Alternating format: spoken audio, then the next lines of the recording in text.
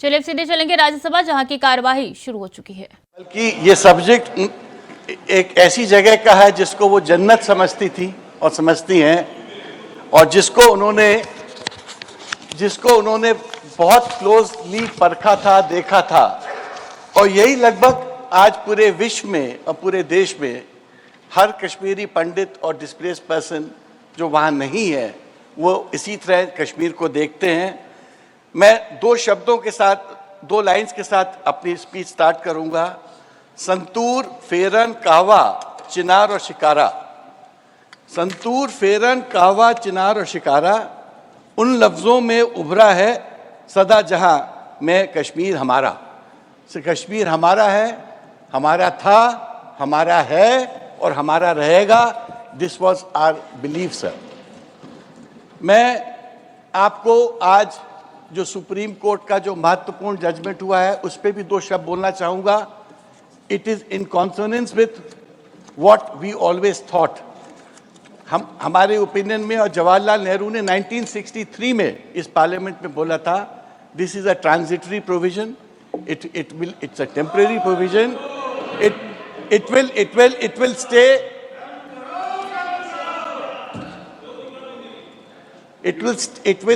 it will stay as the constitution, as long as the constitutional mandates. आज supreme court ने while upholding the provision दो महत्वपूर्ण बिंदुओं पे अपनी टिप्पणी की है। कश्मीर में जल्द से जल्द कश्मीर को स्टेटहुड दिया जाए, जो स्टेटहुड उनसे नहीं लेना चाहिए था।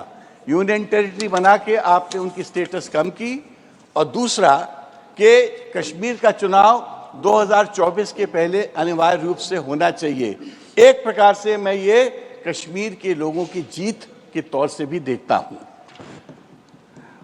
और इसके आगे मैं ये बोलना चाहूँगा कि जब भी कोई भी परिवर्तन आता है तो सुप्रीम कोर्ट उस परिवर्तन का खाली इंटरप्रिटेशन देता है। इट इज़ द पार्लियामेंट जो लोगों का भाग्य और जीवन डिसाइड करता है, एंड इट्स द पार्लियामेंट का लॉ जो लोगों का भाग्य जीवन को एक प्रकार से आगे एक रूपरेखा देता है। और मैं आज कहना चाहूँगा कि कुछ कश्मीरी महापुरुष को मैं श्रद्धांजलि देना चाहता हूँ, जैसे पंडित गोपी कृष्ण, पंडित बाल काक तिलक, पंडित हृदय नाथ कुंजरू, पंडित श्रीधर जी धर, पंडित काशीनाथ कौल, पंडित निरंजन नाथ डांगरू और पंडित काशीनाथ छताबली।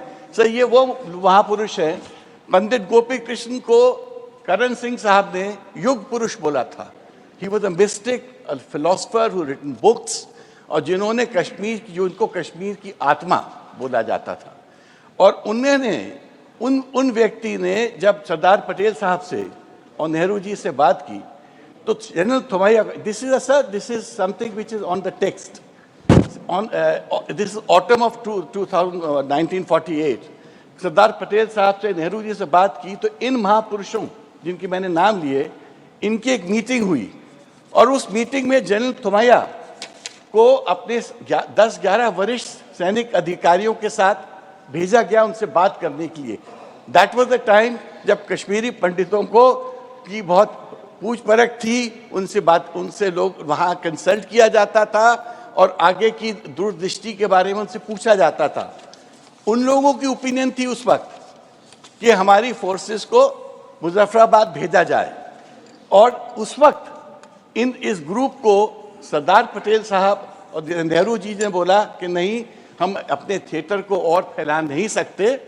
अब हमारी सैनिक कार्रवाई की लिमिटेशन है।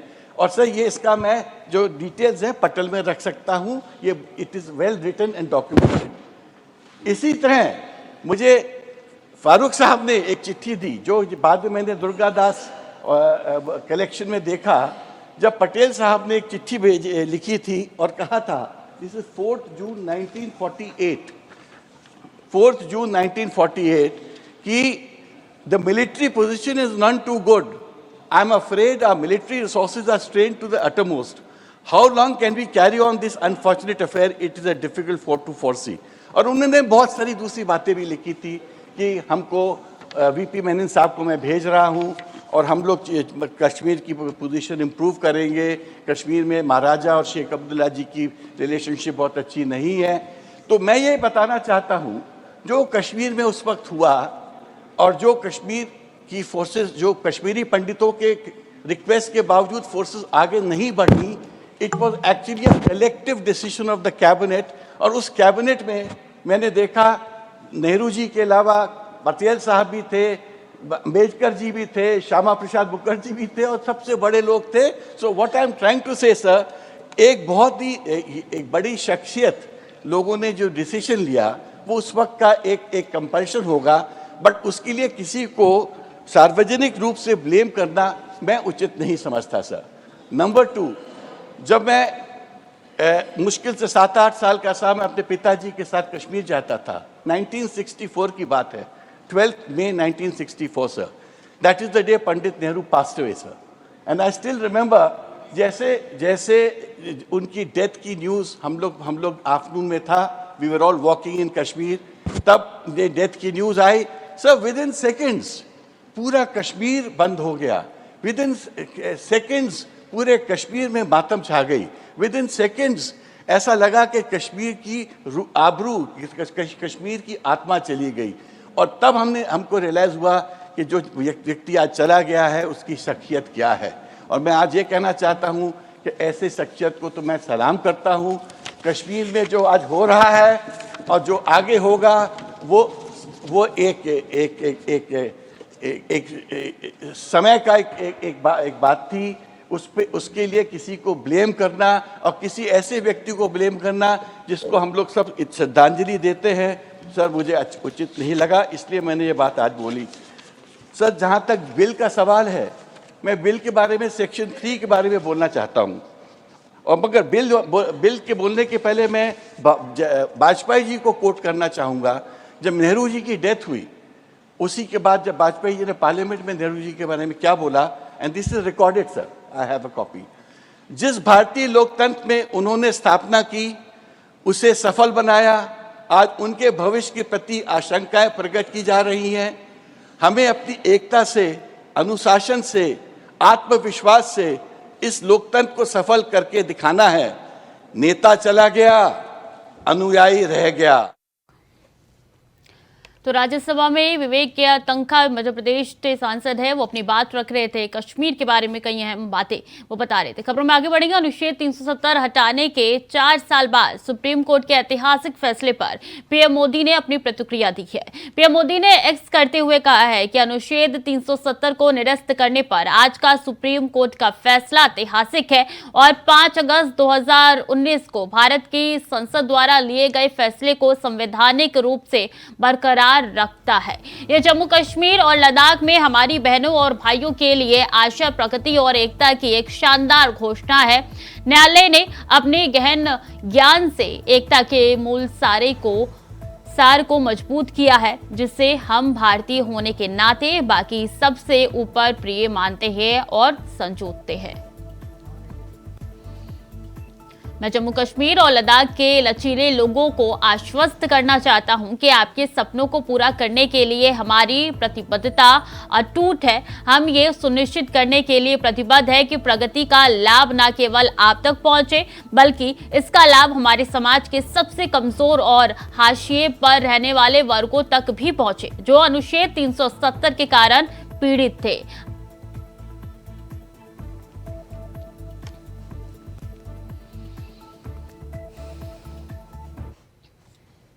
और आर्टिकल 370 हटाने के 4 साल बाद आज सुप्रीम कोर्ट ने ऐतिहासिक फैसला लेते हुए कहा है कि अब इस पर चर्चा करना मुनासिब नहीं है। सुप्रीम कोर्ट की 5 सदस्यीय बेंच ने अपने फैसले में कहा है कि 5 अगस्त 2019 को केंद्र सरकार ने जो फैसला लिया था वो सही था और ये बरकरार रहेगा।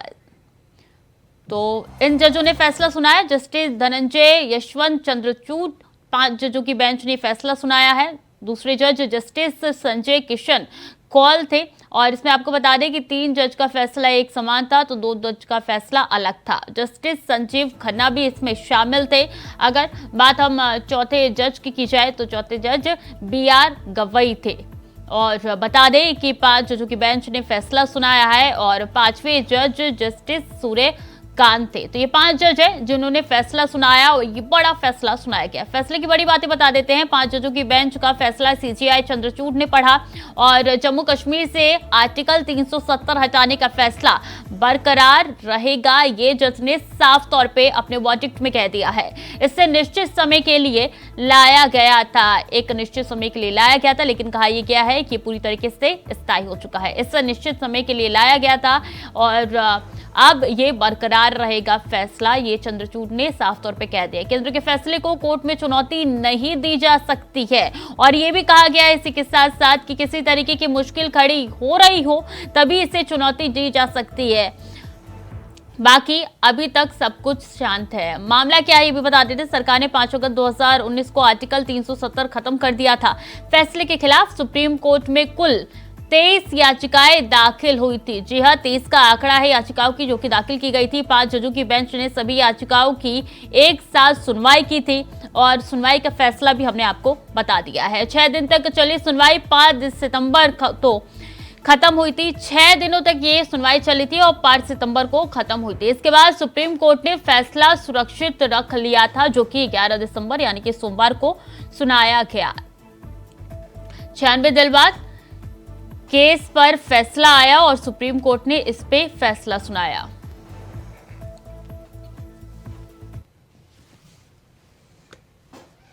निमस जजमेंट थी, ये सुनकर बहुत निराशा हुई, बहुत अफसोस हुआ। मैं शुरू से ही कह रहा था कि 2 अदारे हैं जो इसका फैसला कर सकता है, एक पार्लियामेंट, मरकजी सरकार और दूसरा सुप्रीम कोर्ट। जाहिर है मरकजी सरकार करती नहीं, उन्होंने तो आर्टिकल 370 को ख़त्म किया, कानून बनाकर नया। अब ये आखिरी हमारी उम्मीद थी कि सुप्रीम कोर्ट इसमें सुनाई करे और इसका फैसला सुनाए।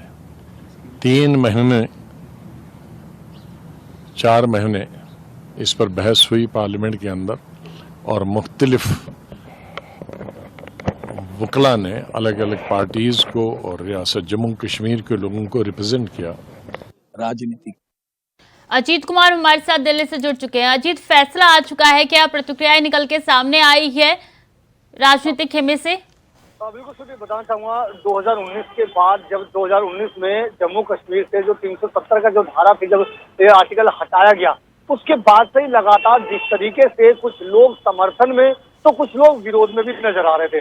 और जो लोग विरोध में थे उनमें से कुछ संगठन और कुछ लोगों ने मिलकर के इस फैसले के खिलाफ, केंद्र सरकार ने 370 की धारा जो हटाई, उस फैसले के खिलाफ कोर्ट का दरवाजा खटखटाया था, जिसके बाद आज देश के सर्वोच्चतम न्यायालय सुप्रीम कोर्ट ने इस पूरे के पूरे 370 धारा को हटाने के मामले को संवैधानिक करार दिया है। साथ ही ये भी साफ तौर पर कह दिया कि अब इस फैसले के बाद इस मामले में किसी भी तरह का जिक्र करें या फिर चर्चाएं होना लाजमी नहीं है, इस पर मुद्दा बिल्कुल बनता ही नहीं है। तो निश्चित तौर पर अब कहा जा सकता है कि जिस तरीके से आज सुप्रीम कोर्ट का फैसला आया है, उसमें तमाम जो विरोध में जो आवाज उठ रही थी उस पर भी कहीं ना कहीं विराम लगा दिया है और अब जो तमाम लोग जो कहीं ना कहीं विरोध कर रहे थे उनकी आवाज को बंद कर दिया है।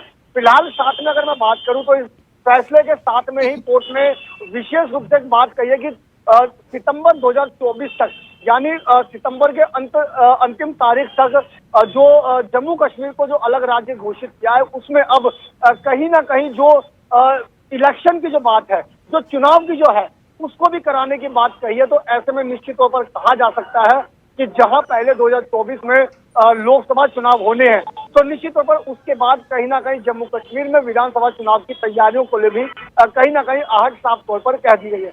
अब साफ तौर पर कहा जा सकता है कि जिस तरीके से तमाम आलोचनाएं की जा रही थी, तमाम चर्चाएं की जा रही थी, उन तमाम चर्चाओं पर विराम लगा दिया है सुप्रीम कोर्ट के आज के फैसले। जी सुजी। ठीक है जी, बहुत बहुत धन्यवाद आपका तमाम जानकारियों के लिए।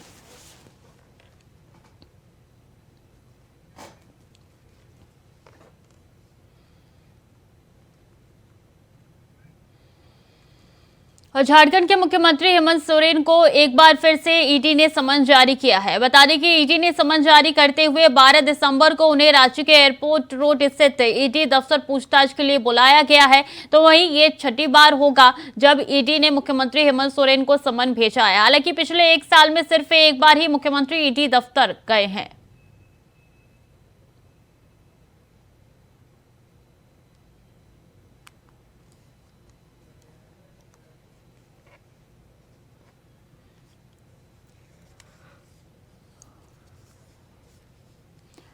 तो बता दें कि छठी बार यानी कि 6 टाइम जो है ईडी ने समन जारी किया है हेमंत सोरेन को और एयरपोर्ट स्थित ईडी दफ्तर बुलाया गया है। एक साल की बात की जाए तो सिर्फ एक ही बार हेमंत सोरेन ईडी दफ्तर गए हैं। इससे पहले उन्होंने सिर्फ नकारा है, अभी तक ईडी दफ्तर नहीं गए हैं। और ऐसे में सवाल ये उठ रहा है क्या इस बार ईडी दफ्तर जाएंगे हेमंत सोरेन और सहयोग वो करेंगे। तो ईडी ने एक बार फिर से हेमंत सोरेन को समन जारी किया है। 12 दिसंबर को ईडी दफ्तर यानी कि मंगलवार को ईडी दफ्तर जो है वो बुलाया गया है। सूत्रों के हवाले से ये जानकारी हम आप तक पहुंचा रहे हैं। हेमंत सोरेन को एक बार फिर से समन जारी किया गया है। तो छठी बार हेमंत सोरेन को समन जारी किया गया है। क्या हेमंत सोरेन ईडी दफ्तर जाएंगे, बड़ा सवाल बना हुआ है।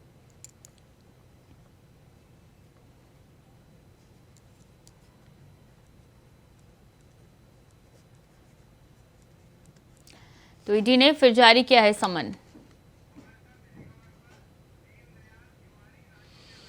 दीनदयाल तिवारी हमारे साथ ज्यादा जानकारी के लिए रांची से जुड़ चुके हैं। दीनदयाल, क्या इस बार हेमंत सोरेन जा सकते हैं ईडी दफ्तर या एक बार फिर से नकारा जा सकता है?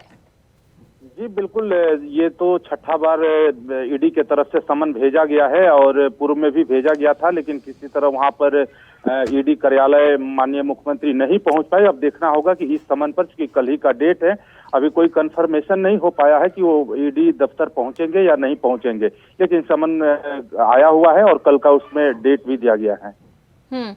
जानकारी ये निकल के सामने आ रही है कि पिछले एक साल में सिर्फ एक ही बार हेमंत सोरेन ईडी दफ्तर गए हैं, उनको पूछताछ में सहयोग किया है। तो आखिर दिक्कत क्या आ रही है, क्यों नहीं ईडी के दफ्तर जा रहे हैं और पूछताछ में सहयोग किया गया है? क्योंकि ईडी की तरफ से लगातार उनको समन जारी किया जा रहा है और एक बार वो गए थे और एक बार जाने के बाद में वो न्यायालय का दरवाजा खटखटाने के बाद कहकर ईडी के समन को टालते गए। अब ये छठा बार उनको समन भेजा गया है, जिस पर डेट कल का दिया गया है। अब इसमें देखना होगा, क्योंकि अब मुख्यमंत्री वहां पहुंचते हैं कि नहीं पहुंचते हैं, ये काफी देखने वाली बात होगी। क्योंकि लगातार ईडी की तरफ से समन भेजा जा रहा है, कई तरह के आरोप लग रहे हैं, लेकिन वहां पर ईडी के कार्यालय मुख्यमंत्री नहीं पहुंच पा रहे हैं। अगर 12 तारीख को भी ईडी के दफ्तर हेमंत सोरेन नहीं गए तो ईडी अगला स्टेप क्या उठा सकती है दीनदयाल? बिल्कुल, अब तो इसमें देखना होगा कि ईडी किस तरह का आगे का कार्रवाई कर रही है। चूंकि ईडी के तरफ से समन गया है और बार बार ईडी के तरफ से समन जा ही रहा है, लेकिन मुख्यमंत्री वहां नहीं पहुंच पा रहे हैं, तो अब आगे क्या कार्रवाई होता है ये देखने वाली बात होगी। ठीक है, बहुत बहुत धन्यवाद आपका तमाम जानकारियों के लिए।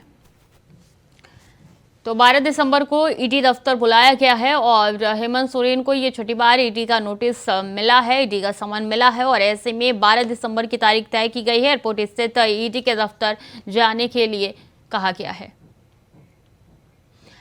आज कोर्ट में सर्वे रिपोर्ट पेश करेगी एसआई। महत्वपूर्ण जानकारी वाराणसी से निकल के सामने आ रही है। जिला कोर्ट में सर्वे रिपोर्ट पेश करेगी एसआई। बता दें कि कोर्ट ने 11 दिसंबर को रिपोर्ट सबमिट करने के दिए थे आदेश और आज 11 दिसंबर है, सोमवार का दिन है और ऐसे में आज ही आदेश दिए गए थे।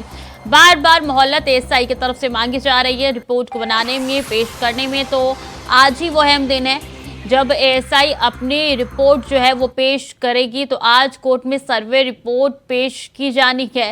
एएसआई अपनी सर्वे रिपोर्ट पेश करेगा। तो जिला कोर्ट में सर्वे रिपोर्ट पेश करेगी एएसआई। बता दें कोर्ट ने 11 दिसंबर को रिपोर्ट सबमिट करने के आदेश दिए थे।